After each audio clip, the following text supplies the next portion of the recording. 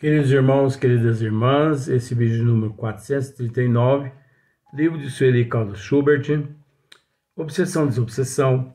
Eu disse no último vídeo que seria o último aquele, mas eu resolvi gravar mais um, sendo esse o quarto vídeo de hoje, né? Então, até porque o tema é muito interessante.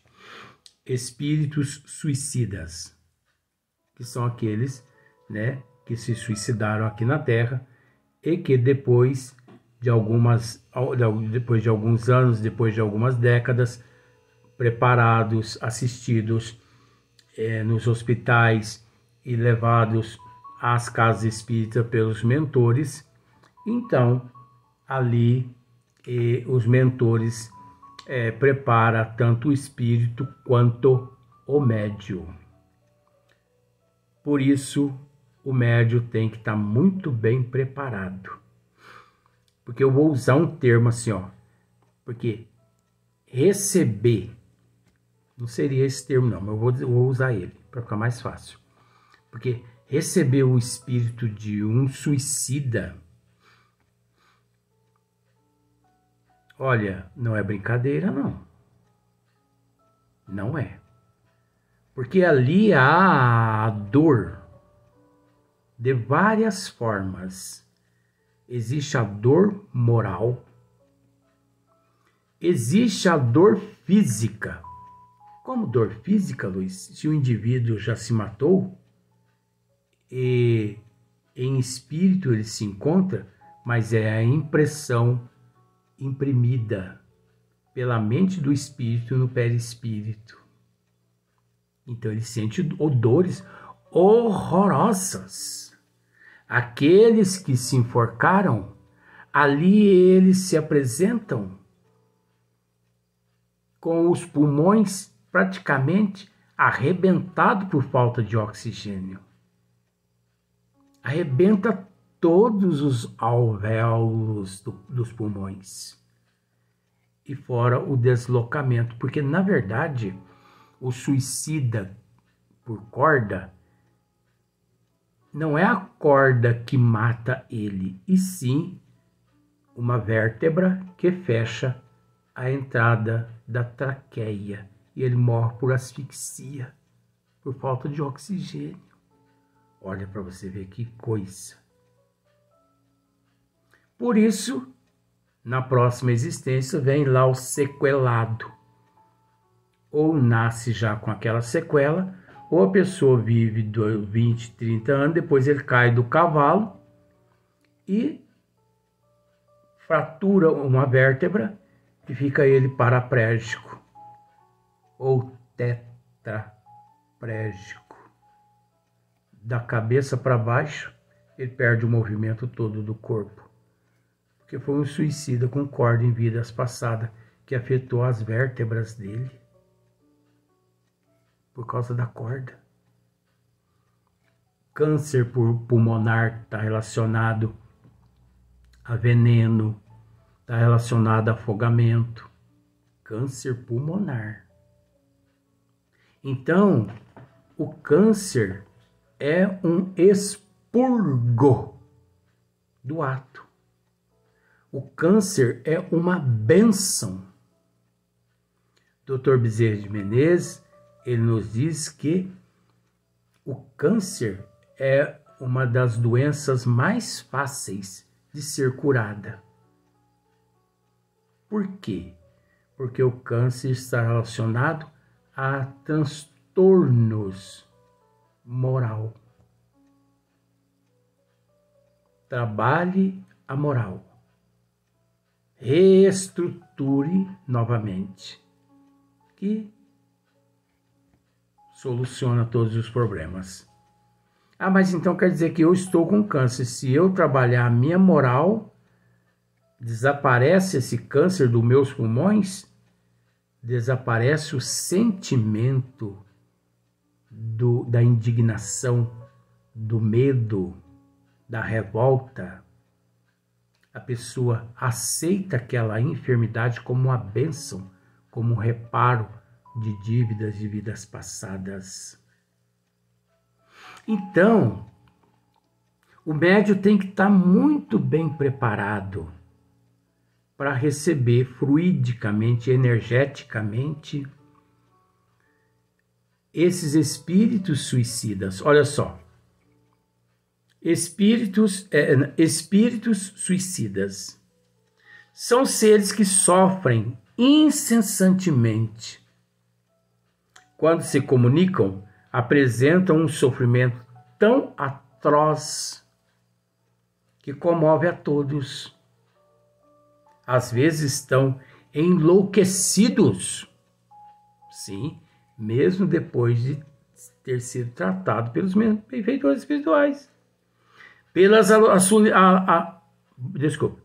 enlouquecidos pelas alucinações que padecem, em virtude da repetição da cena em que destruíram o próprio corpo. Você conseguiu entender aqui agora?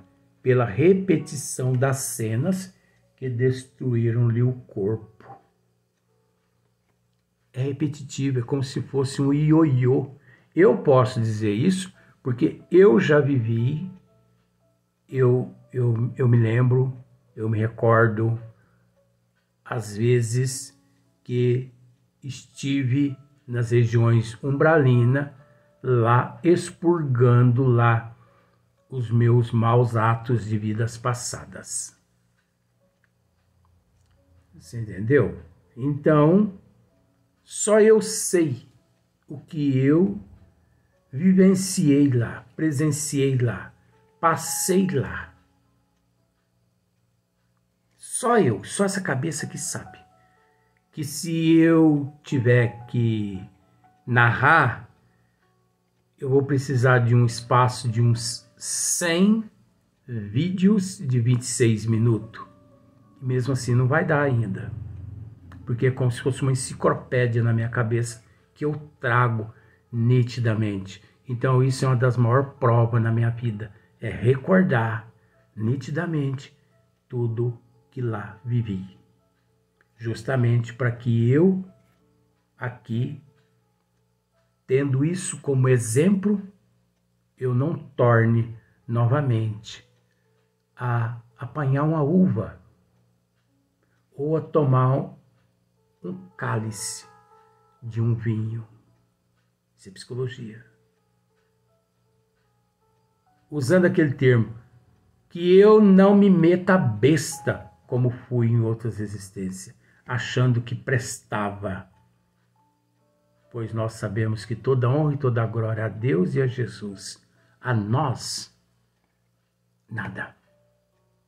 Nós só devemos agradecer a Deus pela misericórdia dele ter permitido o nosso retorno ao corpo físico para quitar os nossos débitos. 90% dos suicidas de vidas passadas que se mataram por paixões, presta atenção nisso agora, Sabe aquelas pessoas que se suicidam por causa do namorado? Ou por causa da namorada? Sabe? A primeira reencarnação dele, na próxima existência, é viver na solidão. Ivone Amaral Pereira, quem nos esclarece isso. Porque Ivone, em existências passadas, ela cometeu suicídio. Você sabe disso também, né? É a autora do livro Memórias de um Suicida, né? Então, a pessoa que se mata pelo outro, pela namorada ou pelo namorado, ou pela esposa ou pela esposa ou pelo esposo, na próxima existência, ele retorna ao corpo físico perfeitamente fisicamente, mas com um transtorno neurológico, que é aquele transtorno de não socializar com ninguém. Ele não consegue socializar com ninguém. Então, ele não namora, ele não casa, ele nasce sozinho e morre sozinho. Essa é a prova dele. Esse é o teste. Então você não se matou por um homem ou por uma mulher? Agora você vai passar a próxima existência na solidão, para você aprender a dar valor. Aí, se a pessoa passa aquela existência, eu embasado em algumas obras de vultos renomados, que eu estou dizendo isso, inclusive de Ivone Amaral Pereira. Tá? Se o indivíduo passa aquela existência na solidão com dignidade, com aceitação, com humildade, enfim, com aceitação e tudo, paciência, ele não precisa na próxima existência retornar sequelado, onde o ato afetou determinados órgãos no corpo físico dele, porque ficou imprimido no perispírito, que é o modelador da forma. Mas se ele não aceitou a solidão e amaldiçoou Deus, Jesus, e abdestingou, aquela pessoa revoltada, sozinha, revoltada, transtornada, é aquele monstro. Na próxima ele volta ao corpo físico com as sequelas. Então ele vai vir mudo, surdo, cego, paralítico, aonde o projétil ou o outro ato afetou determinadas áreas na massa encefálica dele, que corresponde a determinados membros no corpo físico. Porque quando eu atiro no meu ouvido, isso é estudo, gente, pelo amor de Deus, né? Não denuncia lá não, é o estudo. Quando eu atiro no meu ouvido, o projétil, ele afeta determinadas áreas lá na massa encefálica, que corresponde-se aos membros superiores, que são as mãos, membros inferiores, que são as pernas, atrofia todas as minhas pernas, os meus braços. Se acerta lá, se afeta lá os olhos, eu volto cego, com miopia total, mudo, né, a mudez, surdo, hemiplégico, paraplégico. Eu retorno ao corpo físico. Hemiplégico, paraplégico. Olha, só para você ver como são as coisas. Tudo porque a pessoa cometeu aquele ato e não aceitou com resignação, humildade, paciência, quando teve a oportunidade de expiar aquele ato através da solidão, porque ele foi punido pela própria consciência dele a passar por aquela solidão, já que ninguém é de ninguém. Você nunca pode dizer ao teu esposo, ou à tua esposa, ou ao teu filho ou à tua filha: você é meu. E se preciso for, eu mato quem se aproximar de você, porque você é minha, você é meu, ninguém é de ninguém. Primeiramente, nós somos exclusivos de Deus, porque Ele que nos criou. Simples e ignorante, mas propensos, com a possibilidade imensa de percurso na evolução, porque nós somos energias. E depois, você não é de mais ninguém a não ser de você mesmo, porque você tem uma consciência e tudo que você faz ou deixa de fazer, você responde à tua consciência. Então, primeiro, eu sou de Deus. Segundo, eu sou de mim mesmo. Então, eu não sou da minha esposa e nem do meu marido. Meus filhos não são meus filhos. Não, não. É o processo de prova e expiação, vínculos de atração, afinidade, afeto e desafeto, necessidade, da prova e da expiação, do resgate de débitos do passado, que nos levam a estarmos juntos nesta existência, ou na existência que for, até nós quitarmos os débitos uns para com os outros. Quando nós quitarmos os débitos para com os outros, uns para com os outros, não vai existir mais para nós, mamãe, papai, vovó, né? E a mensagem está aí. E eu ainda tenho tantas mães, eu tenho tantos pais, sabe? E vai aparecendo mais mãe, vai aparecendo mais pai. Então, eu não vou ter mais irmão, eu não vou ter mais parente, não vou ter mais primo. Nós não teremos mais ninguém com esses termos: pai, mãe, tio, vovô,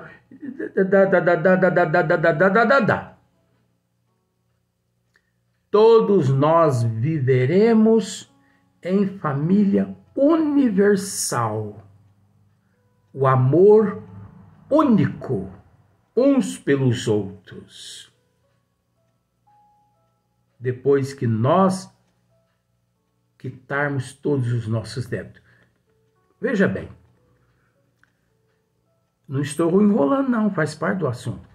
Você acha que Jesus, ele chega até Maria, bença mãe,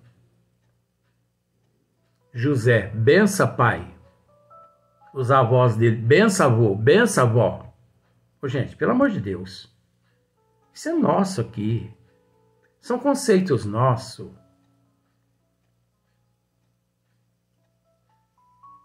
Ao evoluirmos, nós não precisamos disso mais. Nós precisamos aqui, porque nós nos encontramos vinculados uns aos outros através do afeto, do desafeto, da atração, né? do magnetismo, dos elos, Sim, mas esses elos, eles vão se desatar um dia. E quando desatar, nós vamos nos ver igual pássaro que foi solto de uma gaiola, livres, tendo à nossa frente o horizonte para desbravarmos, né? Então, em virtude da repetição da cena em que destruir o próprio corpo, então ali, aquele espírito que se manifesta ali, ele tem aquela cena repetitiva do ato que cometeu. Pelas dores superlativas daí advindas, e ao chegarem à reunião, estão no ponto máximo da agonia e do cansaço. Imagine, gente, a dor de um ser que se joga dentro de uma caldeira de aço derretido. Que existe caldeiras, né, nessas multinacionais, onde eles derretem o cobre, o chumbo, a prata, o ferro, naqueles tachos imensos que cabem milhões de litros. Tem alguns indivíduos que chegam e pulam lá dentro. Oh, mas não acha nem o corpo. Que é isso, gente? Não acha o corpo. O espírito, porque é imortal, porque numa condição dessa não acharia nem o espírito, quanto mais o corpo, né? Mas só que essa impressão continua no perispírito. Ele carrega aquela dor, né, de ter sido consumido por aquelas lavas, né, ali daquele forno toda. O perispírito, ele imprime no perispírito aquela sensação de horror. E ele mesmo tratado, atendido pelos mentores, ele é acoplado às energias condizentes daquele médium preparado ali na casa espírita. Agora imagina a dor, o sofrimento, né? A agonia, o cansaço de tanto sofrer. E é ali, através do choque anímico, que ele desperta, entra num estado de torpor, porque você sabe o que significa torpor, né? Não precisa que eu diga. Ali ele recebe carinho de todo mundo, né? Oração de todo mundo. Os mentores também ali sustenta ele, todos da casa, no momento com eflúvios, né? Energias divinas.